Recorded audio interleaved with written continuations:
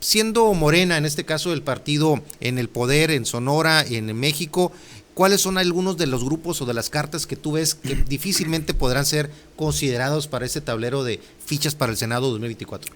No es un secreto el encono que hay entre Javier Lamarque y el gobernador, para nada es un secreto, o sea, por esa razón habría que desecharlo, por lo menos para el Senado, y acuérdate que él ya fue diputado federal, pero Javier la jugó mal en su momento con Alfonso, y tiene una cualidad que tienen los políticos que se dicen políticos, no olvidan, tendrán buena memoria, pero no olvidan. Recordando Sí, recordando a ya sabes quién, ¿no? Entonces, en ese tenor, Javier Lamarque no le va a ir bien. Eso por un lado. Al otro que no le va a ir bien, según veo, es al nuevo secretario de gobierno. O sea, no hay que pensar en él para la senaduría o para una diputación. No. Pero no es por enemistad, es al revés, por la confianza que hay en él. O sea, se necesita de alguien que sostenga el barco mientras ande allá Alfonso en todo su show. Entonces el secretario de gobierno es el manejador de la política interna y en este caso va a ser el manejador de las candidaturas de Morena al interior de Sonora. Quita lo federal, vete a lo local. Y entonces vamos a ver cómo va a operar y cómo va a manejar este asunto. Así lo veo, porque no veo otro más. Es más, de los dirigentes que hay ahorita, pues todos se presuponen y están bajo la férula de Adolfo Salazar. Porque ¿no? al final la posición de la Secretaría de Gobierno, que era obviamente una posición muy deseada por los diferentes grupos, la toma, como dices tú, alguien que le tiene mucha confianza al gobernador, pero Así que es. probablemente, de acuerdo a tu análisis, probablemente no entraría por lo mismo en las quinielas del próximo proceso electoral, ¿no? De este cuando menos, ¿no? No hay que perderlo de vista para la gubernatura de 3 años. Exactamente, ¿no? Es como sería Adolfo Salazar, hay una posibilidad ahí, y sobre todo porque tiene un trabajo ya al interior de Morena como presidente de Morena, lo tuvo también ahora en la oficina del gobernador y ahora en este caso con el cargo de jefe, de secretario de gobierno de nivel. Entonces, dejamos a ese grupo, ¿no? ¿Quién más estaría fuera? Pero si se fijan algo con Adolfo, hay un punto interesante. Métanse a su Twitter y van a observar el trabajo que así siendo jefe de la oficina de gobierno,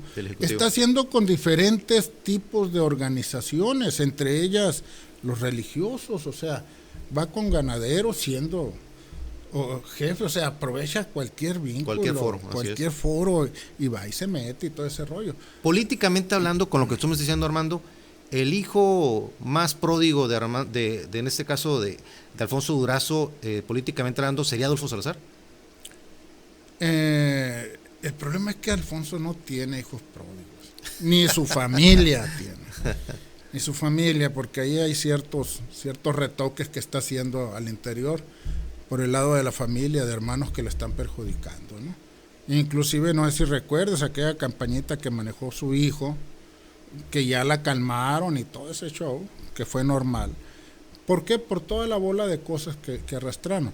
Lo que pasa es que lo que ocurra al interior de Sonora, a él en lo particular, le va a afectar en lo nacional. Claro. Sí, porque no va a haber, no va a ser figura pública nacional lista para el golpeteo. Eso por un lado. Por el otro, grupos. Mira, los grupos se encuentran en el Congreso del Estado. Pero a ver, ¿es grupos que ya no entran? ¿Qué grupos no entrarían para el Senado, para cerrar el tema del bueno, Senado? Para el Senado no entrarían tampoco los del Congreso del Estado. O sea, se me hace difícil que entren. Por 2 razones. Primeramente, en el caso de Jacobo, que quiere ser alcalde de Hermosillo, por ejemplo, Jacobo Mendoza, sabe muy bien que el manejo de las senadurías corresponde a nivel nacional. Entonces, eso por una parte. Por el otro, traen muchos golpes bajo la mesa entre ellos. O sea, no es fácil un liderazgo que unifique. La misma Ernestina, que es alcaldesa de Obregón. Claro. Pero ya te me estás adelantando al tema de los diputados. Vamos cerrando entonces el círculo con los senadores. quienes entonces sí pudieran ser entonces considerados por el gobernador Alfonso Durazo como probables candidatos a la senaduría. ¿Quiénes sí ves como posibles? Se han estado manejando nombres ahí como el de Lorena Valle, ¿no? Por ejemplo. Okay. Bueno, si nos vamos a Lorena,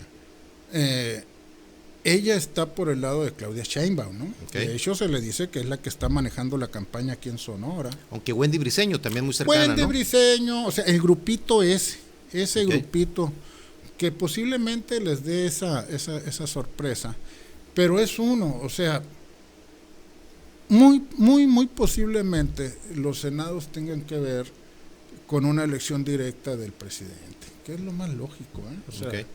que venga de allá los dedazos, y si nos vamos a las circunstancias actuales, tiene que traer el visto bueno de Claudia Sheinbaum. Y con eso que dices de que en este caso el presidente tendría también obviamente su voz ahí en este sentido, sí. Bueno, ahí es donde entonces entraría en el juego personajes como Octavio Almada. ¿Quiénes más ves en ese juego ahí que pudieran ser fichas también del presidente? Pues aparte del Octavio, que pues por cierto está haciendo muy buen papel en Conapesca, entonces también traemos, a ver, por el lado del equipo de Claudia Sheinbaum, ¿quién está manejando? Porque quieren manejar académicos, y Claudia trae académicos aquí en la Universidad de Sonora. Pero estás dejando fuera, fíjate, no has mencionado a Jorge Tadei, no has mencionado tampoco a Francisco Acuña, a Omar del Valle. Ellos tienen un problema muy grave, se llama Alfonso Durazo. La persona que está deteniendo el aspecto político de Jorge, de todo, se llama Alfonso Durazo. O sea, conocidos es por todo ese antagonismo que existe entre Jorge y Alfonso. Así como Acuña, pues ya vimos lo que pasó. O sea, todos los que no hemos mencionado tienen esa detente. Aunque Francisco es alguien de mucha confianza del gobernador, ¿no? Sí, es mucha confianza, pero también hay otros de mucha confianza que por alguna razón pues lo han dejado. Entonces, el problema aquí es de familia. El hermano se fue muy mal. Entonces, yo creo que si hablamos de pagarles, pues ya les pagó, ¿no? Con esos puestos. Ahora bien, insisto mucho en el asunto de los personajes que van a influir en esto, que son el Peje y Claudia, su pupila. El presidente y Claudia, ¿sí? Sí, porque de ahí van a surgir los futuros gobernadores. Claro, y Claudia en este caso la mencionas por ser claramente pues la preferida, ¿no? Y siendo la que lidera las encuestas al interior de Morena. Y de ahí el hecho de que vayan a ser mujeres, y más ahora con todo este asunto de género y todo ese rollo, ¿no?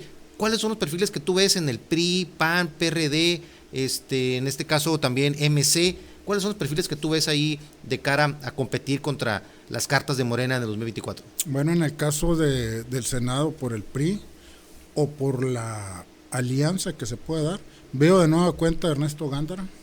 Borrego Gándara, ¿lo ves de vuelta? vuelta? Gándara de vuelta, sí, porque tiene mucho capital político y muchos kilómetros por recorridos. su última oportunidad, ¿o todavía le quedarán ahí algunas batallas? No, está muy joven Ernesto, está muy joven. Yo creo que sí. Entonces, ese es uno. El Pato de Lucas es otro por el lado de MC. Okay. Gildardo Rial por el lado del PAN, lo estoy viendo con esa mira. ¿Por qué? Porque ellos de alguna manera pues van a buscar el siguiente peldaño. También veo como plan B en el caso de Toño, ¿no? De Toño Astiazarán, pero más por el lado del plan A de él, que es la reelección, ¿no? Uh-huh. Ahora, en el caso de Rogelio Díaz Brown en el PRI, ¿lo ves como potencial también candidato al Senado? No, lo veo como diputado federal en caso dado, pero plurino. Ok. ¿Qué más cartas tienen el PAN y el PRI para poder jugar en esta candidatura a la senaduría? ¿Ves a Alejandra López Noriega, por ejemplo? Mira, el detalle no es que si quieren o esto o aquello, que obviamente es muy válido. La pregunta es, ¿podrán sostener esto? Es decir, por ejemplo, el hervidero que hay ahorita en el Congreso, es Elida López para diputada, todos esos. La pregunta es, bueno, ¿y quién se va a quedar en el gabinete, pues, de Alfonso? O sea, para poder hablar ¿Quién maneja el changarro? ¿Quién va a manejar el changarro? O sea, si se van los que ya aprendieron en estos 2 años cómo se maneja una secretaría, pues obviamente van a volver a empezar otro. O sea, Es un desgaste. Por esa razón la detente va a ser la del gobernador en el caso de Morena y va a decir quién sí y quién no. Descartamos a María Dolores del Río, por supuesto, y cosas así. Ahora bien, hay otras figuras que son más tenues, la verdad, como la misma diputada que Alejandra, que es buena política, lo merece. El problema es que llegan al mismo punto los dos, pues ese es un detalle, nada más uno puede haber. De los viejos, por ejemplo, panistas, no veo a ninguno, ni a Javier Gándara, ni a nadie. Decepcionados ya de la política. Y ya pasando la estafeta, en este caso Javier a Gildardo y Y de los nuevos no veo gran cosa, o sea, claro. De los nuevos, ¿por qué razón no los veo? Porque el sol que significa fulano de tal no deja que los otros resplandezcan. Pues, o sea, pero en ese escenario que planteas desde las fichas que pudiera tener la oposición del Senado, entonces son fichas que realmente no le pondrían tan difícil a Morena el camino para el Senado, entonces, de mayoría. No, puede cometer un error grave Morena, que es lo que se está viendo, de creerse que ya ganaron. Hay que recordar que en el 2021 hubo 23 millones de gente que votó contra Morena, contra 21 millones que votó a favor. O sea, si creen que la van a tener tan fácil, no es tan fácil. Ahora, un candidato del PRIAN al final acabará convenciendo al final de esa alianza. PRD, por ejemplo, no mencionaste a ningún suspirante para el Senado. Entonces, ante esos pocos cuadros que pudiera haber para esa alianza del PRI, PAN, PRD, dos candidatos o tres máximo, ¿no? Así es, prácticamente. Igual que parecería que se le pondría en charola de plata a Morena, ¿no? La senaduría. ¿Quién sabe la senaduría? ¿Quién sabe? Insistimos, porque es el quinto año del presidente y es el año maldito de todos los presidentes. Perdió en la Suprema Corte de Justicia, esto, aquello. ¿Qué es lo que hace falta? Desgracias violentas. Ya se han vivido, estamos en esa etapa de la vivencia y todavía le quedan algunos meses más. Ojalá que no, ya esperemos que no, ¿verdad? La lengua se te haga chicharrón, como dicen, mi hermano, en ese sentido, pero porque pero ya incluso, se han dado ese tipo de situaciones, o sea, que no hay que descartarlas.